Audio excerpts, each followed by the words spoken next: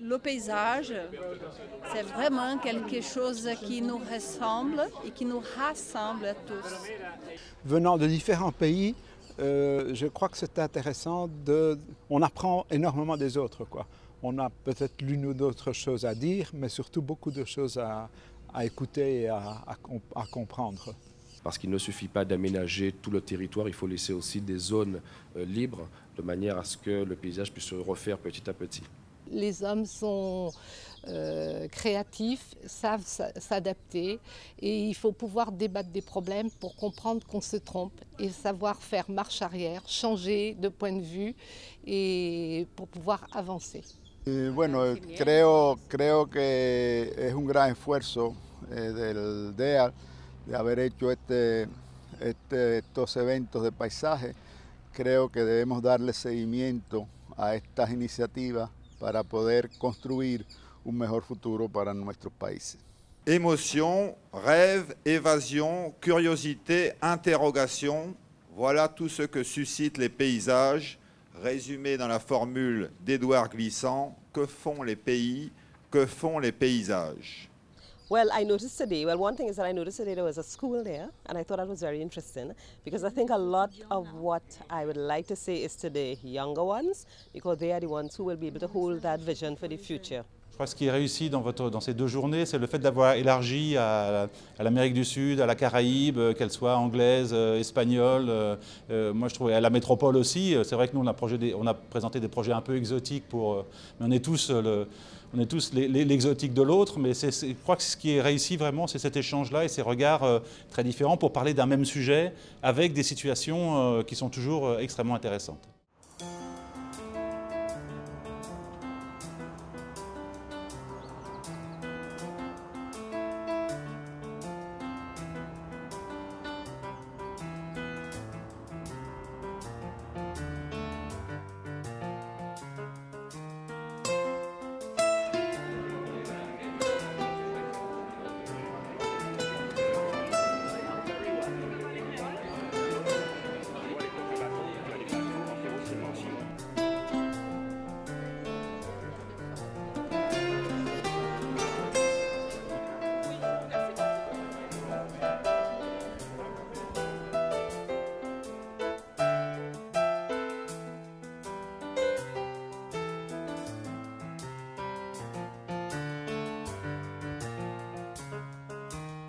Bonjour à tous, mesdames, messieurs, représentants des pays de Colombie, Venezuela, Saint-Domingue, Sainte-Lucie, Trinidad et Tobago, Brésil, des Outre-mer, de Martinique, de la Réunion et bien sûr de la Guadeloupe.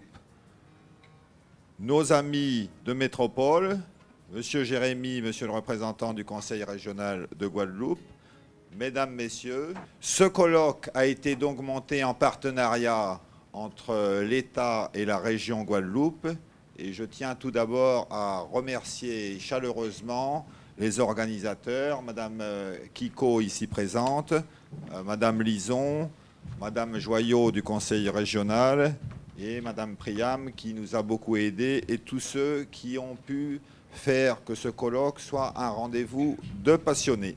Le paysage dépend avant tout de l'observateur et de sa sensibilité. En conclusion, je vous souhaite d'excellents travaux.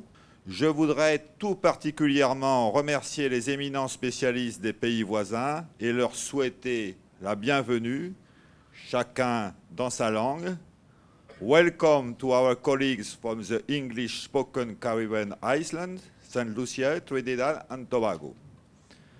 Boas-vindas nuestros amigos do Brasil. Un especial saludos a nuestros colegas de Santo Domingo, Venezuela y Colombia, con mucho corazón. En résumé, content vous autres. C'est un moment de dialogue qui me paraît essentiel parce qu'il permet de nous éclairer dans nos choix futurs, dans le sens d'une préservation plus efficace de nos espaces sensibles et de nos paysages. Les manifestations comme celle-ci ont par ailleurs ce noble objectif de mieux nous connaître, de nous rapprocher et de réfléchir dans nos diversités. Je vais donc inviter à me rejoindre sur cette tribune Emmanuel Briand, Françoise Bosque, Emmanuel Lancrero et Soélie Biabiani, qui ont tous les quatre participé à l'élaboration et à la réalisation de cet atlas, qu'ils vont donc nous présenter. Et puis ensuite, on aura donc la... Ces deuxièmes journées sont importantes puisqu'on présente un travail qu'on a réalisé sur 3 ans, donc un travail colossal d'enquête, un travail bibliographique, un travail d'analyse, d'interprétation, etc., qui a été fait par une équipe de paysagistes, d'urbanistes, de sociologues, d'historiens, etc. Donc ce gros travail qui a été fait, on ne pouvait pas ne pas le présenter de manière officielle. Et donc cette manifestation est l'occasion de le présenter en avant-première aux Guadeloupéens, aux professionnels, aux élus, etc. Certaines unités paysagères qui avaient une appréhension des paysages avec une échelle de territoire plus large que celle de l'unité paysagère. Donc au sein d'un grand ensemble paysager, les unités paysagères partagent des caractéristiques communes et génériques. On peut parler parfois de rythme, de cloisonnement, de verticalité, comme sur certains paysages agricoles des hauteurs de Goyave. On peut parler d'équilibre et de contraste de l'occupation des sols, comme là par exemple en Nord-Bastère, avec par exemple l'une des plus grandes lignes de force en Guadeloupe, c'est la crête du relief de la Basse-Terre. Étant donné que moi je suis ni urbaniste ni paysagiste, je vois ça du point de vue de la sociologie et des sciences politiques. Et en fait, je crois que c'est très important le fait que l'être humain fait partie du paysage. Ce n'est pas l'être humain en face du paysage. L'oikos de écologie ou oikos le préfixe, disons, d'économie, c'est justement ça. L'oikos, c'est la maison, c'est la demeure, c'est l'habitat. Alors une maison, ce n'est pas seulement des murs, un plancher, un toit, des fenêtres, c'est les gens qui y habitent. Les gens se sentent vraiment impliqués dans la protection du paysage ou les transformations éventuellement de ce paysage.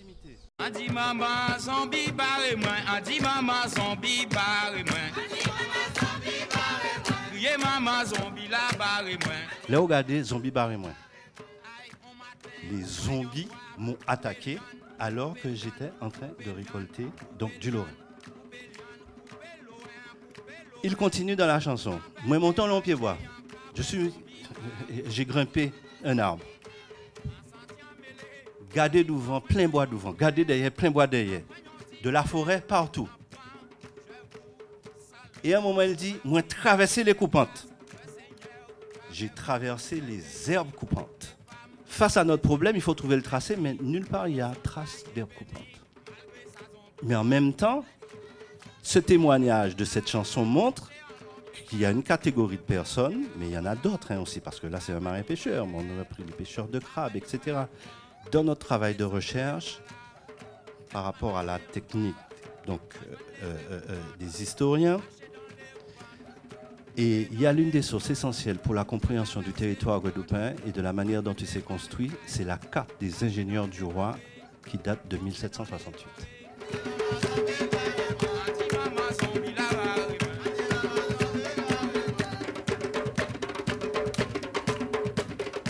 Tout est devenu clair et évident pour nous lorsque nous avons, en prenant les cartes IGN maintenant, plus récentes, détecté où étaient les sentiers, en allant sur le territoire, avec les utilisateurs du territoire, où étaient situés les sentiers sur l'îlot exondé, nous avons pu reconstituer où passait le sentier dans la mangrove actuellement, où il y avait les marais herbacés à l'époque.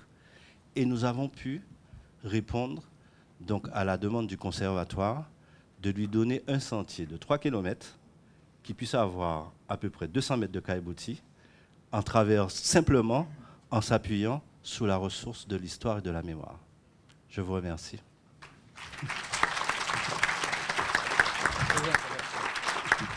On aimerait savoir qu'est-ce qu'il y avait comme socle dans la ville de Pointe-à-Pitre, parce qu'on dit en fait que la ville a été construite sur des marais ou voilà. L'environnement de Pointe-à-Pitre, c'était des marécages, et la raison pour laquelle, d'ailleurs, les gouverneurs de l'époque avaient construit des canaux, dont le canal Vatable, qui est maintenant une rue. So the lessons we are learning when we look at and review these long-standing photographs towards natural hazard mitigation. In our Caribbean island, St. Lucia, very small, 616 square kilometers, we continue to be overrun annually by hurricanes and tropical cyclones. L'approche historique est essentielle. Elle est essentielle. Et c'est là où nous sommes la plus faibles. Et l'approche historique n'est pas simplement la question des photos. Elle est d'abord la question de la mémoire populaire. Il y a quand même quelque chose à dire parce qu'on frise la catastrophe, quoi. Entre le réchauffement climatique d'une part et le tourisme d'autre part, là il y a des changements extrêmement violents qui pourraient se produire. Alors je lance ça comme question pour y répondre maintenant ou plus tard durant le colloque. Et je crois qu'un des enjeux aujourd'hui, ça va être de savoir effectivement offrir les conforts qu'on a su offrir à une époque, mais sans faire table rase, parce que c'est quand même ça qui s'est passé dans les processus modernistes de la création de la ville moderne dans les années 60, table rase d'une certaine manière, sans faire table rase donc. Cette capacité à essayer de contingenter le paysage, elle échappera toujours, parce qu'il y aura toujours une petite chanson qu'on aura de son enfance, qu'on va croiser avec une carte. Et moi, je trouve ça assez merveilleux de pouvoir nous faire rentrer dans un projet sans aucune image. Une des grandes qualités de ce monde du paysage, c'est cette capacité à ressurgir là où on ne l'attend pas, et surtout à pouvoir réapparaître là où, effectivement, on n'a pas toujours l'ensemble des outils pour pouvoir l'aborder, mais ce qui est important, c'est effectivement d'avoir un angle de vision et d'avoir un angle d'attaque pour pouvoir effectivement développer après une écriture qui est une écriture contemporaine, parce que visiblement, ce chemin-là, quand on parle de caillebotis de bois, c'est une matière qui n'existait pas il y a 50 ans ou peu utilisée pour des chemins, on va dire, touristiques. Donc moi, je trouve ça extrêmement, un enseignement extrêmement intéressant sur cette grande diversité et croisée de paysages.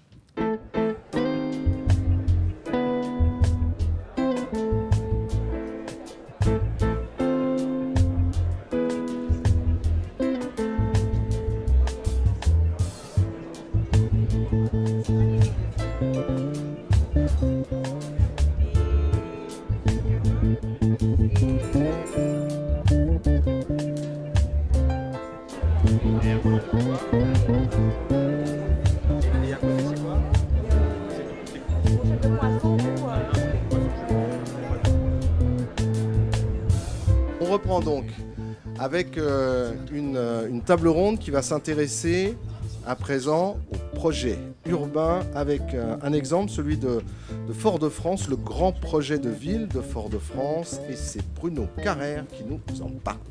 Il s'agit véritablement d'un héritage géographique, historique.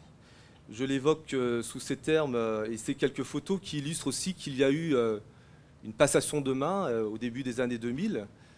Et si je peux me permettre ce clin d'œil à Jacques Bangou, l'héritage, on en parle souvent, c'est pas tant ce que le père laisse que ce que le fils accepte d'hériter. Quand on fait quelques focus, on se rend compte qu'il a fallu sortir des logiques de procédures, d'outils, de programmes pour lire le paysage. Cette carte juste ici pour vous symboliser une singularité que l'on a à Fort-de-France par rapport à Pointe-à-Pitre, aux Abîmes, que l'on retrouve peut-être aussi par contre sur Basse-Terre, c'est l'idée du relief, de panorama, de vue, avec autour de la ville basse de Fort-de-France, un piémont, des mornes, des collines, des perspectives qui permettent déjà d'annoncer la diversité des projets auxquels nous sommes confrontés. Ma dernière image, si vous permettez, pour rendre hommage aux collègues de Guadeloupe, puisque depuis plusieurs années maintenant, j'ai la chance de travailler avec eux. Je ne pouvais venir échanger et vous donner quelques images de Fort-de-France et rester sur mon nombril sans évoquer les initiatives remarquables qui ont été faites par les forces vives du monde de l'urbanisme, du paysage, de l'architecture de de la Guadeloupe. C'est l'association des décideurs, des habitants, la parole au peuple, et le fait de croiser des regards entre des paysagistes, des ingénieurs, des artistes, des poètes, des philosophes. J'avoue que c'est une expérience qui m'a marqué, qu'il faut sans doute inscrire dans la durée. Et puis j'évoque aussi le travail de Jalais avec le temps, l'échéance et la durée. Beaucoup de ressources sont intéressantes dans cet ouvrage qui nous offre entre autres une lecture de la ville depuis la mer. Et c'est un inversement de regard qui me plaît également. Donc voilà, je voulais vous dire qu'en Guadeloupe, vous avez toutes les ressources, toutes les capacités. C'est une question de volonté, d'énergie et puis, je répète, de constance dans l'effort, sans oublier l'ouverture au monde. La Savane, c'est avant tout un site historique devenu un espace public majeur et l'un des plus emblématiques de Fort-de-France. À l'origine, la Savane s'ouvrait très largement sur l'espace maritime. On percevait d'un côté la baie des Flamands et de l'autre le bassin du Carénage. Le regard portait sur l'horizon. Mais au fil du temps, les limites se sont épaissies au gré de l'intensification urbaine. Le Remblai aussi a gagné sur la mer, faisant gagner du terrain à la ville sur l'espace maritime. Et l'intérieur du rectangle de la Savane, proprement dit, s'est densifié en construction, en plantation également. Cette aventure a été l'occasion de tirer un enseignement. L'appropriation de l'espace par la population et les visiteurs semble réussie et palpable. La multiplicité des usages et la mixité culturelle et sociale, on a renoué avec, et l'image de marque en a été restaurée. Nous allons remettre les clés à la ville de Fort-de-France et il appartient à la ville de gérer ce patrimoine urbain renouvelé pour que la Savane ne soit pas victime de son succès. On a pu constater son état dégradé au moment où nous avons pris à bras-le-corps ce projet. Et c'est vraiment un enjeu du projet de paysage que d'en faire un projet durable. Je vous remercie. Après Fort-de-France, on s'intéresse à Pointe-à-Pitre et aux abîmes, et plus précisément à la communauté d'agglomération Cap Excellence, dont j'appelle tout de suite le président Jacques Bangou. Je ne suis pas paysagiste, je ne suis pas architecte, je ne suis pas urbaniste. Je suis un médecin du corps avant d'être un médecin de la ville. Et je suis rythmé par des raisons, des impératifs qui ne sont pas les mêmes. J'ai un rythme d'élection et je dois bâtir des projets, je dois convaincre la population sur la base de projets qui doivent donner des résultats dans un temps qui est celui du temps de l'élu. Et moyennant quoi, vous verrez que nous nous rejoignons très fortement. En tout cas, c'est un peu l'expérience que nous vivons avec Fort-de-France. Nous échangeons énormément. Sur ces 50 hectares, on a déplacé à dos de camions toutes les 23 000 cases qui étaient autour, qui entouraient le centre-ville. On les a mises ici provisoirement et on a reconstitué une trame urbaine moderne, moderne pour l'époque et même moderne encore aujourd'hui, mais avec un certain nombre de structures de bâtis en termes de qualité architecturale et en termes de résistance sismique qui datent des années 60. Donc voilà un petit peu la ville à la tête de laquelle je me trouve depuis 3 ans, et d'enjeux et d'objectifs ont été donnés qui sont de reconstruire finalement toutes les parties de la ville. Aujourd'hui, on arrive, on met nos pas dans les pas de quelqu'un d'autre et puis on va transmettre aussi. Donc nous, on est juste un maillon de la chaîne qui fabrique du paysage. Il faut comprendre de quel maillon on hérite et il faut aussi savoir quel maillon on va transmettre, parce que l'histoire ne va pas s'arrêter à notre intervention, à notre analyse, elle va être après conduite par d'autres. Et donc il faut aussi toujours se placer en situation de modestie et avoir un regard acéré, mais toujours se dire que notre travail doit être transmis et sera repris par effectivement un certain nombre d'autres personnes qui seront amenées à travailler après nous. On a beaucoup parlé de paysage et parfois le paysage il est aussi fait par des paysagistes et là je voudrais vous faire partager un peu le témoignage d'un praticien du paysage. Quand on se pose la question du paysage, ce qui est intéressant, c'est de savoir à quoi on fait référence. Et on a beaucoup parlé de cette espèce d'imbrication entre la terre, les éléments. Mais ce qui est revenu aussi dans beaucoup de témoignages, c'est aussi le rapport au paysage habité. C'est-à-dire que le paysage devient intéressant quand effectivement on arrive à projeter un certain nombre de choses et on arrive à projeter aussi le mode d'habiter et établir les relations qui peuvent s'établir entre ce support et les gens qui peuvent y habiter. L'agence dont je suis un des 3 associés travaille sur des aménagements publics qui peuvent être de petite dimension, de l'ordre de 5000 m², mais on est aussi amené à travailler parfois sur des très très grandes dimensions, puisque le projet, un des projets que je vais vous montrer en tout cas s'intéresse à une surface de 300 000 hectares. Le projet de paysage est un projet permanent, c'est-à-dire qu'il n'y a pas le petit projet de paysage qui est un projet d'aménagement d'espace public, et puis après des grandes études, il y a une continuité qui change simplement d'échelle. Et l'idée, c'est comment on peut travailler plutôt sur du réagencement, de la remise en tension d'un certain nombre d'éléments, d'avoir des choses qui sont très fragmentées. En fait, tout pratiquement est toujours là.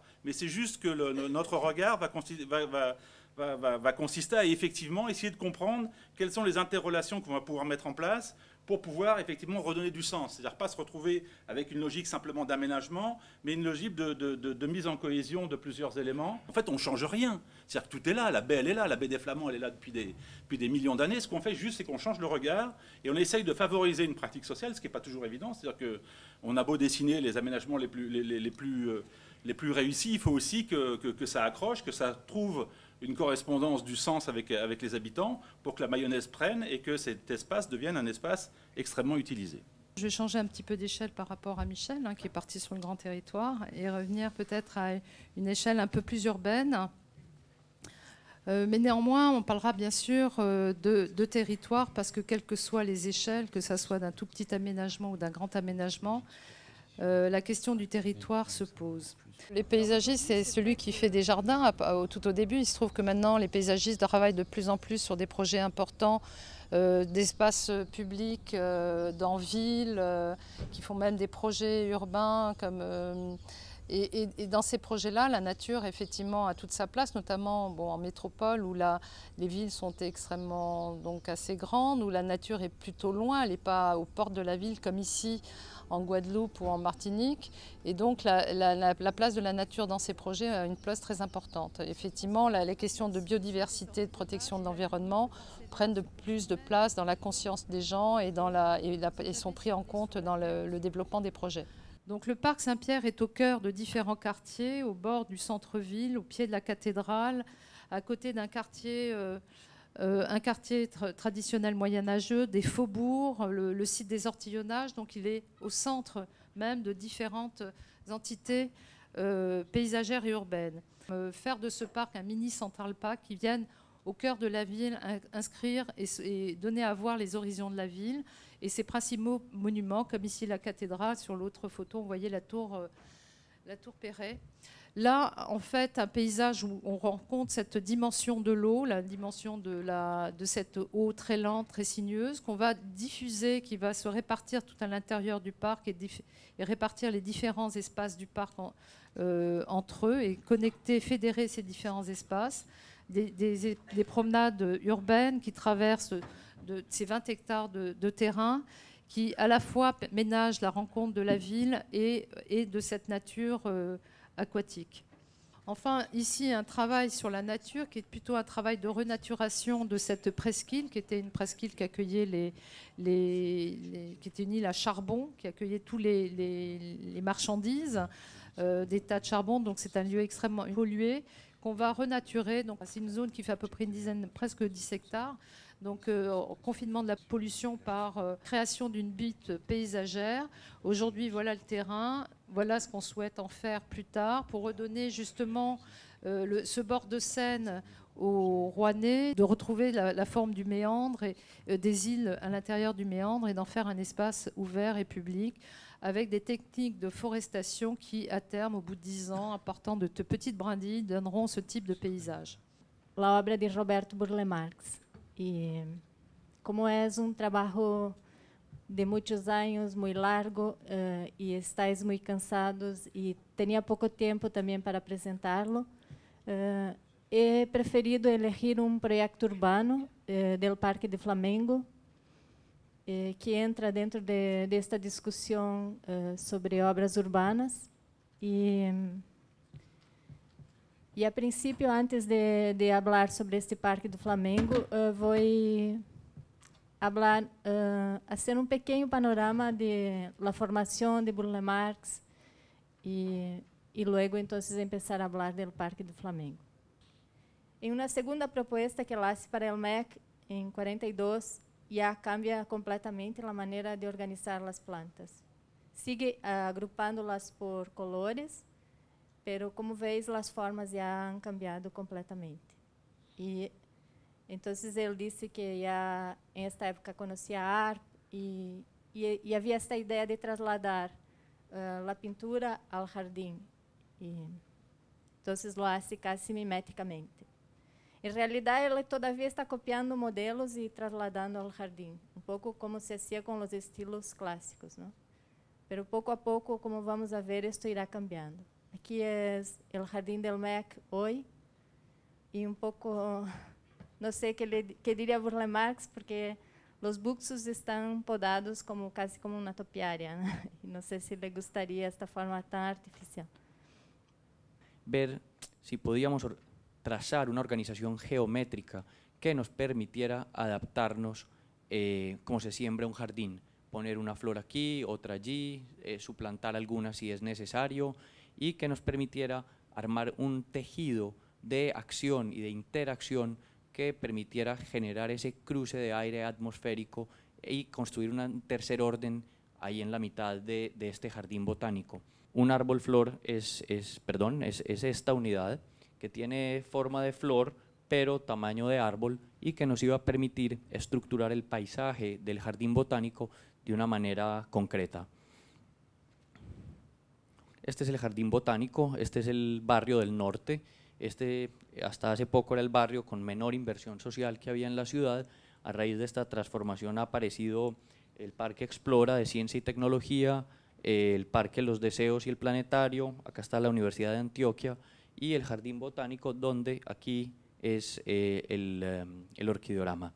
El proyecto se llama el Orquideorama, es un edificio, entre comillas un edificio, es una instalación espacial para la exhibición de flores principalmente, y también se utiliza para hacer eventos múltiples bajo él, tales como conciertos de música, fiestas. Es un proyecto construido en el año 2006, es en asocio con Paul Restrepo y Plan B Arquitectura, proyecto realizado por la Alcaldía de Medellín, y era un concurso público.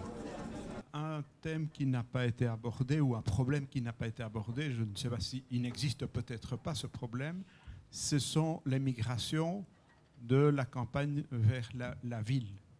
Les quartiers que j'ai présentés, Volga Plage, Trenel, Texaco, sont des productions de cette migration des habitants des campagnes, des mornes, qui vivaient jusqu'aux années 50 dans la plantation.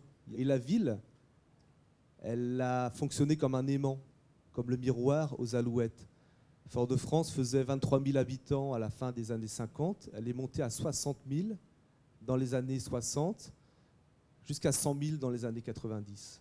Ça a été une invasion intérieure sur les flancs des mornes comme Trenel ou sur la mangrove urbaine comme à Volga. Et donc il y a une mutation de l'habitat, du repeuplement, et donc ce sont des cycles, tous les 20 ans. On a un cycle social et économique qui impacte directement le cycle urbain. Ces journées se poursuivent demain. Demain matin, nous aurons encore 2 tables rondes et à nouveau la possibilité de débattre, d'échanger et, pour ce qui est de nos intervenants et de nos invités, de vous répondre si vous avez des questions.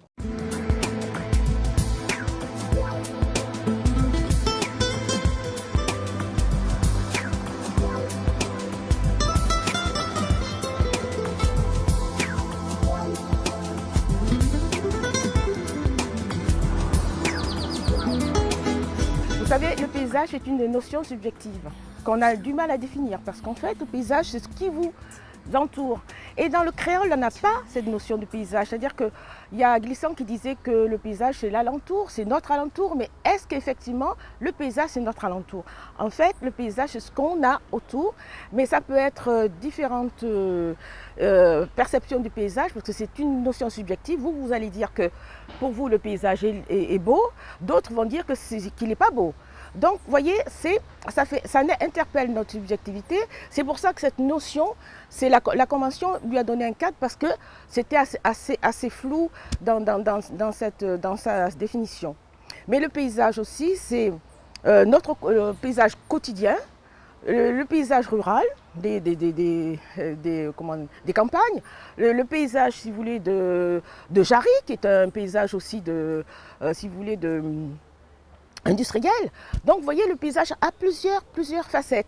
Et ici, en Guadeloupe, je dirais que nous sommes dans un cadre archipélagique, c'est-à-dire que nous avons autant un littoral qui est excessivement riche et découpé, etc., comme on voit à la Grande Vigie ou ailleurs. Et puis un paysage de montagne, hein, donc vous voyez bien, on a un parc national ici. Donc on peut dire aussi que le paysage, c'est aussi ça.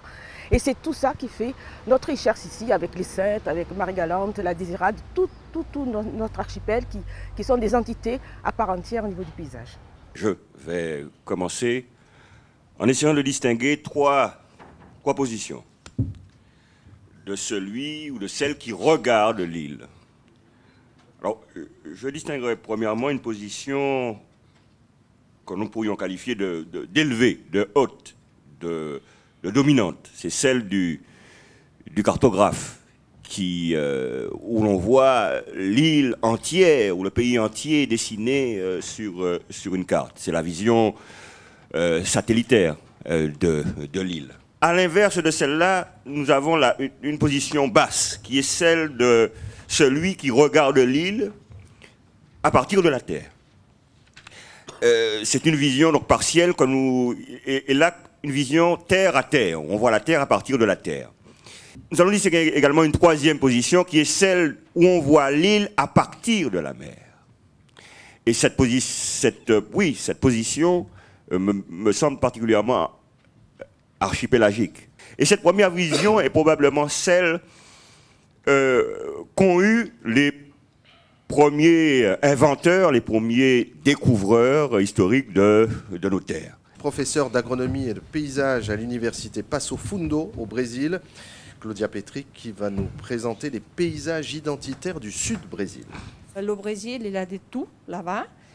Il a même un mouvement de sans-terre qui est très très fort dans le monde.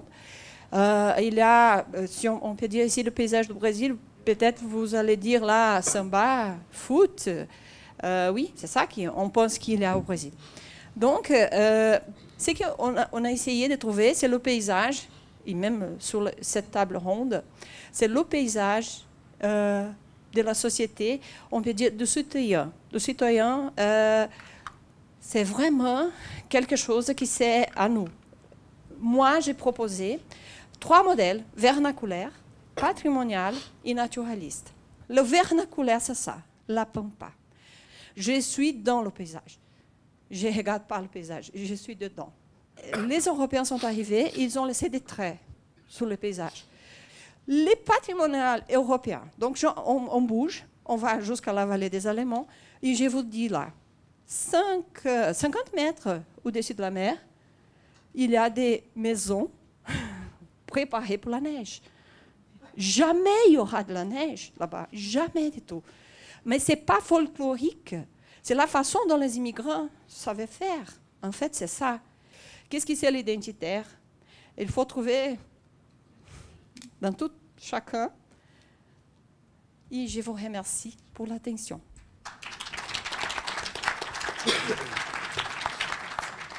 Paysage comme relation, Bertrand Follier. Pour moi, le paysage se définit comme étant une relation. Faire du paysage, c'est établir des relations. C'est nouer des liens, en quelque sorte. Dans cette recherche de liens et de relations, il y a 2 niveaux pour ça.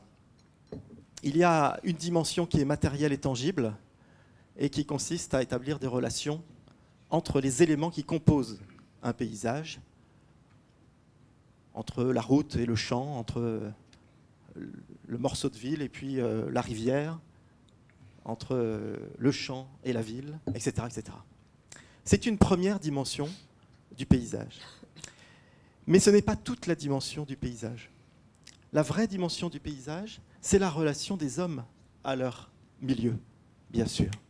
Ce que, hier, le professeur Ansart nous disait, nous ne sommes pas face au paysage, nous sommes dans le paysage. Hein, c'est ce que vous disiez hier. Et donc, cette relation des hommes à leur milieu, c'est la vraie question du paysage, en fait. La première, plutôt, à mon avis, quand on traite la première seulement, on fait plutôt du paysagement, en quelque sorte. Et la deuxième, on fait vraiment du paysage.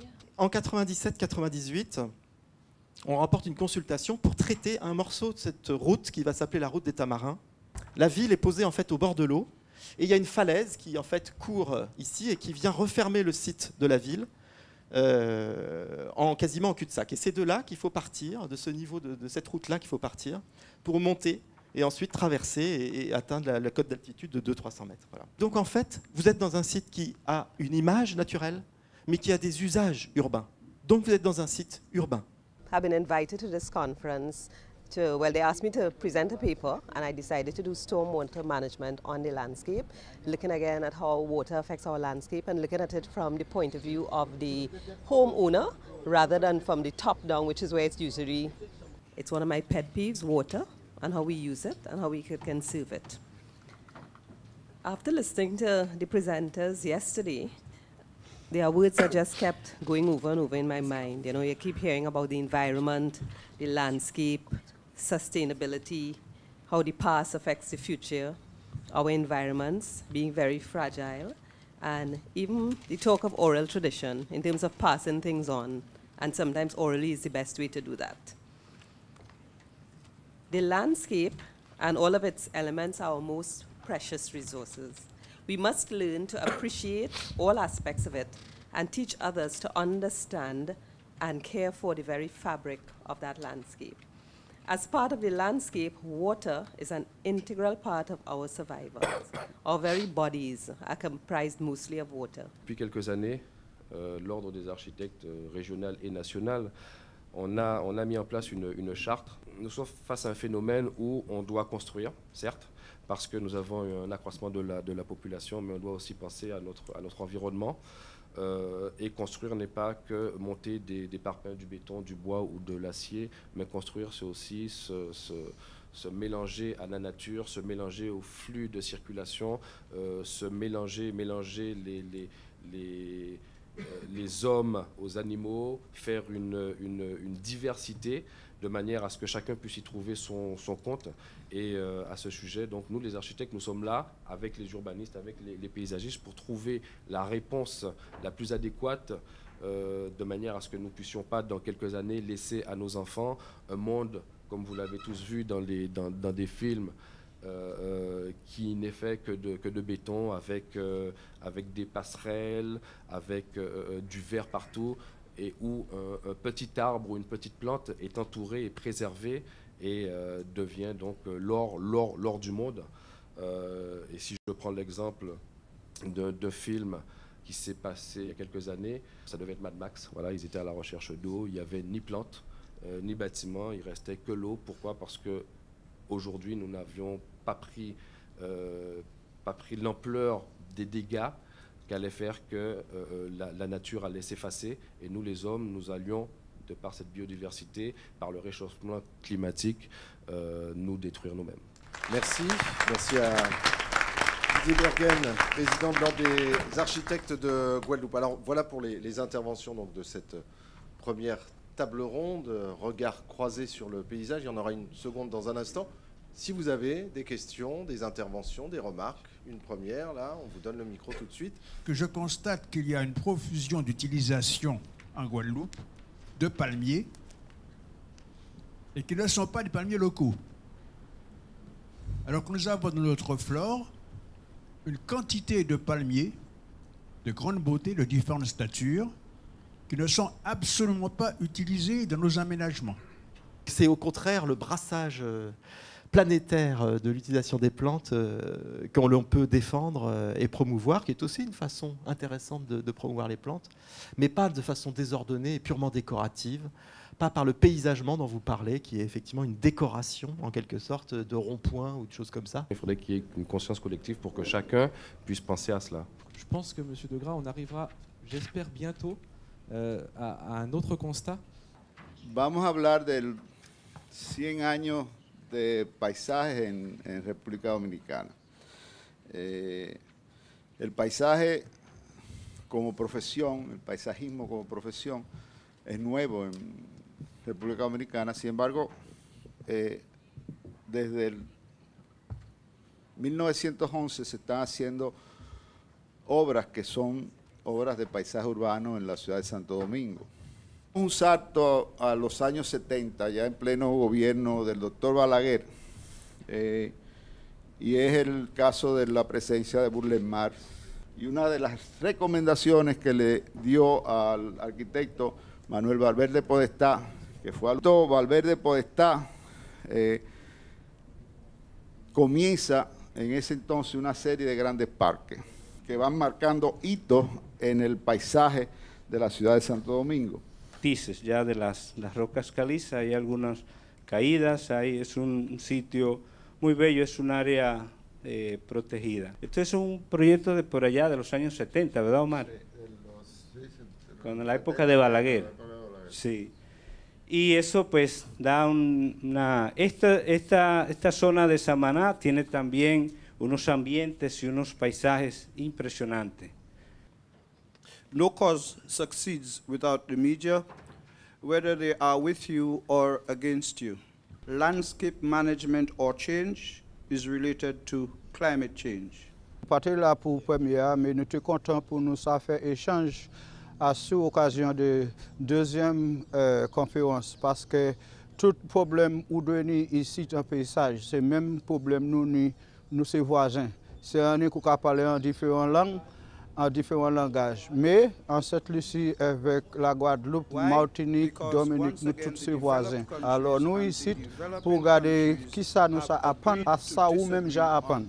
Pour nous ça échange et pour ça nous apprendre, Guadeloupe avec Martinique plus en avance parce que nous pas ni atlas de cette Lucie qui est moderne. Tout en tout, nous comptons pour nous ici avec Makagade pour nous apprendre plus parce que les nous échanges qu'on fait avec ceux de la Caraïbe, nous ça seulement un day on a l'autre avec un pays nous devant. So, in effect, St. Lucia only has one registered Nobel Prize winner and not two. But try telling that to the average St. Lucian. May I just say that again, my name is Jimmy James. I come from the most beautiful island of the Caribbean. It's the Helen of the West. It's only 238 square miles, but we feel that it's 2,500 and something square miles. That's why the three of us came, you see. That's it. Landscape architects should work with us, you see. But for some unknown reason in this region, I don't even think they know what a landscape gardener is. So might I suggest to all the landscape architects that you take that up there somewhere and remember that we exist. Because you see, we are the one that takes your ideas and your dreams and make it a reality and bring it alive. So without us, you really can't do anything. The impact of tourism on the landscape. Well, those of us who live in the Caribbean, and not necessarily the English-speaking Caribbean, but the entire Caribbean, got all excited in 2010 when that tsunami called sports tourism had hit South Africa. And we were all supporting one team or another until it came down to the semi-final, when English-speaking Caribbean territories were bidding to host the Cricket World Cup in 2007. And what that tsunami did to us, it had us rushing into preparation. What we're going to present to you is the outcome on a small town that we in St. Lucia call a city. It's the largest town, we call it city. There was a time when we had a very vibrant town and country planners association. It has gone defunct. So we really don't do forward planning. We do a lot of policing. You can't build this. And why? Because we say in the authorities that you can't build it. And of course, there was a question of congestion. Congestion of vehicular and pedestrian traffic within Castries. Tout d'abord, essayer d'analyser comment le paysage est pris en compte dans les programmes de coopération régionale. Je ne parlerai pas tellement ou pas du tout même du fonds de coopération régionale, mais du fonds Interreg. Alors c'est vrai qu'il n'y a pas, que le paysage n'est pas nommé ou cité directement dans le programme, mais quand on analyse effectivement les orientations qui ont été données, on s'aperçoit qu'il pourrait très bien s'inscrire dans les 3 axes du programme Interreg. Il me semble que le paysage ne vit et ne vaut que par et pour les individus et les communautés qui l'animent et qui le contemplent. C'était très intéressant aujourd'hui d'entendre les différentes expériences des professionnels, donc à la fois sur la place que le paysagiste occupe dans les opérations d'aménagement, le type de procédure. Donc j'ai appris par exemple qu'à Saint-Domingue, qu'il n'y a pas forcément de concours. Ici, c'est la règle, le plus souvent pour les opérations d'aménagement et de construction publique. La collaboration que le paysagiste a avec les autres corps de métier de l'acte de bâtir. La coopération régionale dans le domaine du paysage aura certainement un impact sur la qualité de vie et l'attractivité des territoires, mais également sur la connaissance mutuelle des peuples et sur l'introspection individuelle et collective qu'appellent ces regards croisés et, je dirais, ces regards décentrés. Voilà. Merci. Je vous remercie. Merci Anthony Marignès. La Guadeloupe a été reconnue depuis 1992 par l'UNESCO pour la richesse de sa biodiversité. Nous espérons que tous nous pourrons la protéger et la valoriser. Je vous remercie encore tous au nom de la région Guadeloupe et rendez-vous donc dans 2 ans. Ce que j'en retiens, c'est d'abord des avancées assez concrètes pour notre pratique, nous, un peu égoïstement chez nous en Guadeloupe. On va apprendre les bonnes idées et les autres, on les laissera. Donc il y en a beaucoup de bonnes idées. Deuxième idée sur tout ce qui est mélange des compétences professionnelles. On a vu, il faut de la planification, de l'architecture, des paysagistes, de l'ingénierie, des urbanistes, des géomorphologues. Donc ça fait une vaste ambition pour mélanger tous ces métiers. J'ai oublié les poètes qui ont été abondamment cités, les chanteurs qui parfois donnent la solution, qu'il faut une journée caribéenne du paysage. On va essayer de voir s'il y a un projet Interreg. Les pistes intéressantes ont été évoquées. Et le troisième et le dernier point, depuis 2 jours, vous avez connu les paysages remarquables de la zone industrielle de Jarry où nous nous situons. Nous allons en ressortir, rassurez-vous, vous verrez encore quelques ronds-points que vous pourrez observer. Mais pour ceux qui sont de la visite cet après-midi à Morne-à-l'Eau, rassurez-vous, j'ai une révélation à vous faire. Il y a aussi d'autres paysages en Guadeloupe et donc j'espère qu'un certain nombre d'entre vous pourront se joindre à nous cet après-midi pour les découvrir.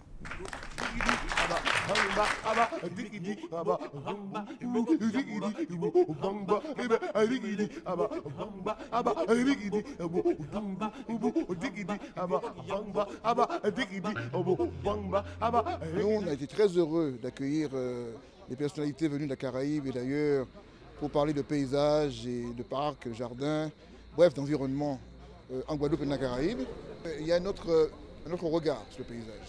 C'est important, car un autre regard veut dire une valorisation nouvelle. Il y a le tourisme qui est quand même un problème très grave, parce que surtout que les pays de la Caraïbe, il y en a énormément qui disent, voilà, au point de vue économique, la possibilité avec une majuscule, c'est le tourisme. Et le tourisme, c'est une arme à double tranchant, parce que justement, si les habitants font partie du paysage, les touristes, eux, ils viennent pour voir le paysage, ils viennent de l'extérieur et souvent, ils n'ont pas la sensibilité voulue pour être respectueux vis-à-vis du paysage et des habitants qui y vivent, quoi.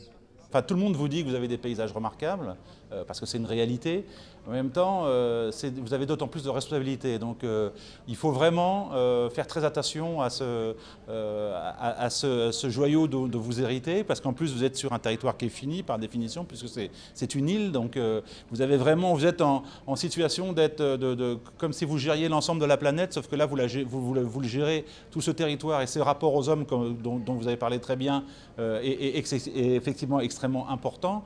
Donc, le conseil, c'est effectivement essayer de continuer dans des logiques d'intelligence, de rapport intelligent entre l'homme et son territoire. C'est-à-dire pas perdre ce fil conducteur, c'est-à-dire pas dire il y a d'un côté les hommes, l'économie, et de l'autre côté il y a le paysage. Tout ça doit fonctionner ensemble, comme ça a toujours fonctionné ensemble, mais il faut retrouver maintenant de nouvelles relations, des relations moins évidentes qu'on a pu avoir entre l'homme et son paysage, et maintenant de trouver des nouvelles relations à une époque où on est à l'Internet, au 2.0, au fait effectivement qu'on peut se déplacer virtuellement partout dans le monde, mais il faut toujours ne pas oublier qu'on a les pieds sur terre et regarder où on met effectivement nos pieds.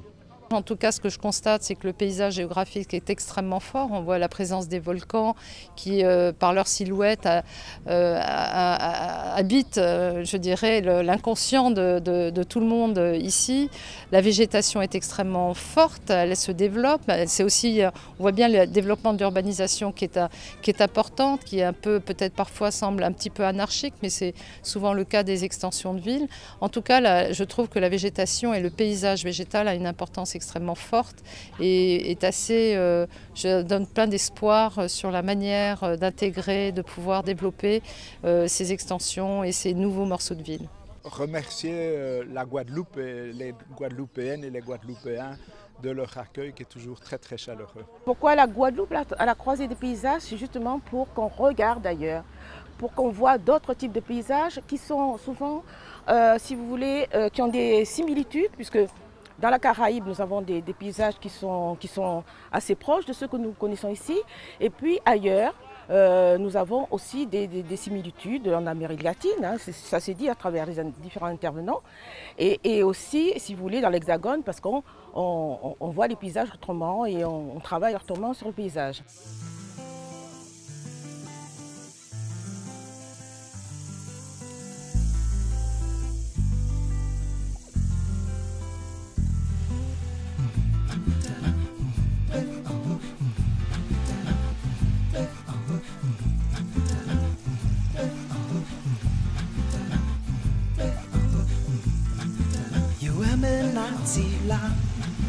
Yo pas aimé peuple là. En vérité, yo pas senti cadence à pays là. Yo pas vu Saint-Éloi, yo pas vu Marcel Louia. En vérité, yo pas aimé l'occasion à pays là.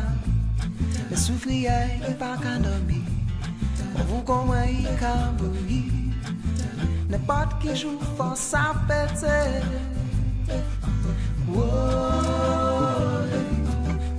C'est lui qui a chaillé. C'est lui qui a brûlé. C'est lui qui a mené nous plus haut. Plus haut. Pardon maman, pardon papa. Nous pas bébé là.